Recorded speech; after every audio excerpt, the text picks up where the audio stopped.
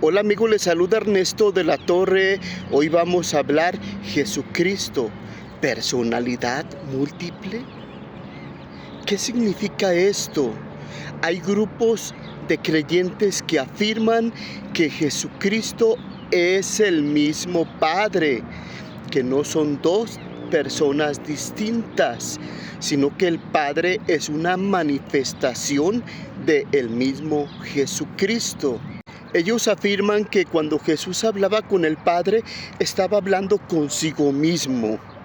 La parte humana, Jesús como hombre, hablaba con la parte divina de Él mismo, que está en todas partes, pero que en realidad no son dos personas distintas, sino Jesús manifestándose de dos maneras diferentes. Si Jesucristo fuera el mismo Padre, entonces queda como un mentiroso, ya que Él habló del Padre y se refirió del Padre como alguien distinto a Él. Quedaría como un mentiroso, como un engañador o como una persona que tuviera un problema mental, la disociación mental, antes conocida como una persona que tenía personalidades múltiples. A través de esta plática voy a demostrar que Jesucristo no sufría de personalidades múltiples, sino que hay una realidad bíblica de que Jesús hablaba con alguien distinto a él, con el Padre. En primer lugar, hablemos del argumento jurídico, la necesidad de dos personas distintas. Jesucristo mismo se refirió a este argumento diciendo que el testimonio de dos personas tienen un valor jurídico legal. Juan 8, 17, 18. Así está escrito en la ley, que para que un testimonio tenga valor, tiene que haber dos personas que atestiguen. Y Jesucristo atestigua y da testimonio de sí mismo, y también Él dice que el Padre da testimonio de Él. Y también Él afirma que el Padre lo había enviado y da testimonio de Él. Por lo tanto, Jesús y el Padre son distintas personas. Jesús utiliza la palabra dos testigos que argumentan una gran verdad. Él y el otro testigo que atestigua sobre su Hijo, al cual el Padre envió. No es una fragmentación mental, no es una confusión mental que Jesús tuviera, porque si al fin de cuentas Jesús y el Padre fueran la misma persona, hay una confusión mental y esto no tiene validez legal. Tiene que haber dos testigos y Jesucristo hace referencia a ese valor legal de que Él y el Padre son los dos testigos que atestiguan la gran verdad. Ahora hablemos del argumento de la voluntad. La sumisión no es conflicto. Jesucristo se somete al Padre, obedece al Padre. No vino a hacer su voluntad, sino la voluntad de otro al cual lo había enviado. No hay conflicto, son dos voluntades, una que se somete a otra. La persona que sufre de personalidades múltiples es la misma persona que actúa como si fueran dos distintas personas. Mas sin embargo, dentro de su confusión hay una personalidad que oculta cosas a la otra. Una que lucha con la otra para tener el control. Sin embargo, vemos claramente que Jesucristo afirmó repetidas veces que el Padre lo había enviado y que no vino a hacer su voluntad, sino la voluntad del Padre.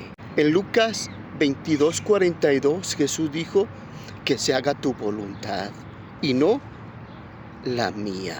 No puede ser la misma persona Él y el Padre. Son dos voluntades.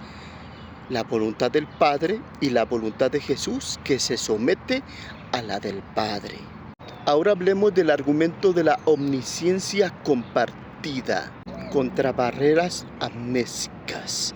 Jesucristo no sufría de amnesia, ni tampoco de disociación de personalidad múltiple. En el problema mental de personalidades múltiples se ocultan información una y otra persona dentro de la misma persona.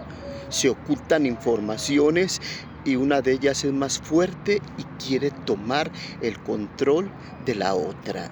Sin embargo, en la relación de Jesús y el Padre hay una revelación total, completa y amorosa. Juan 5:20.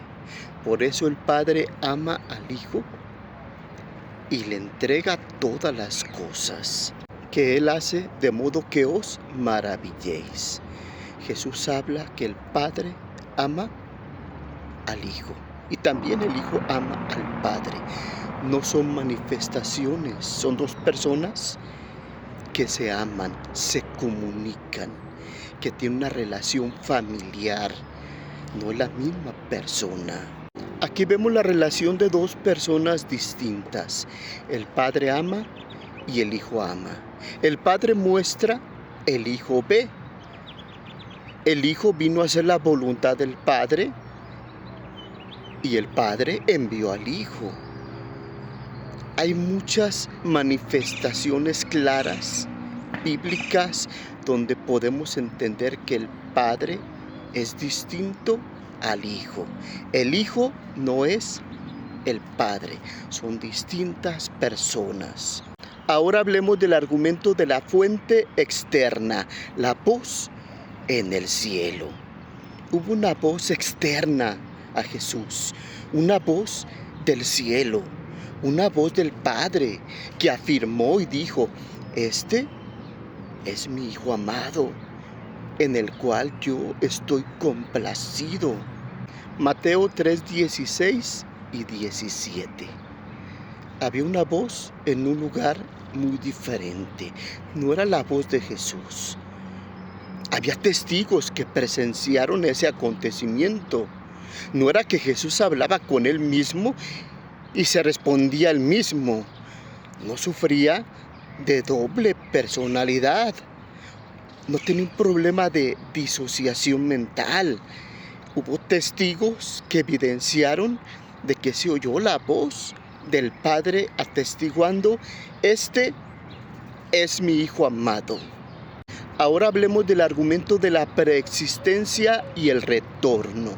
Jesucristo existía antes de tener un cuerpo humano y le pide al Padre que lo glorifique con aquella gloria que tuvo con Él antes de que el mundo fuese. Juan 17:5. Jesucristo estaba antes con el Padre y juntos hicieron la creación y juntos trabajaron en todas las obras. Jesús está afirmando su preexistencia con el Padre. Por lo tanto, no son la misma persona. Entonces, ¿por qué hay esta confusión entre algunos cristianos que dicen que Jesús es el mismo Padre? Por falta de conocimiento profundo, por no ver el contexto y toda la doctrina bíblica. Solamente ven 2 o 3 partes de rompecabezas oscuras, de tal manera que juzgan de una forma incorrecta. Creer en un solo Dios es creer en una sola naturaleza y esencia divina. Pero en esa sola naturaleza o solo Dios hay distintas personas. Cuando Jesús dijo: yo y el Padre somos uno, está hablando de unidad, no que sean la misma persona, como también Dios quiere que seamos uno en Él, que haya perfecta unidad. Cuando Jesús dijo: el que me ha visto a mí, ha visto al Padre, no está hablando que son la misma persona, sino que poseen las mismas cualidades y características, pero son distintas personas.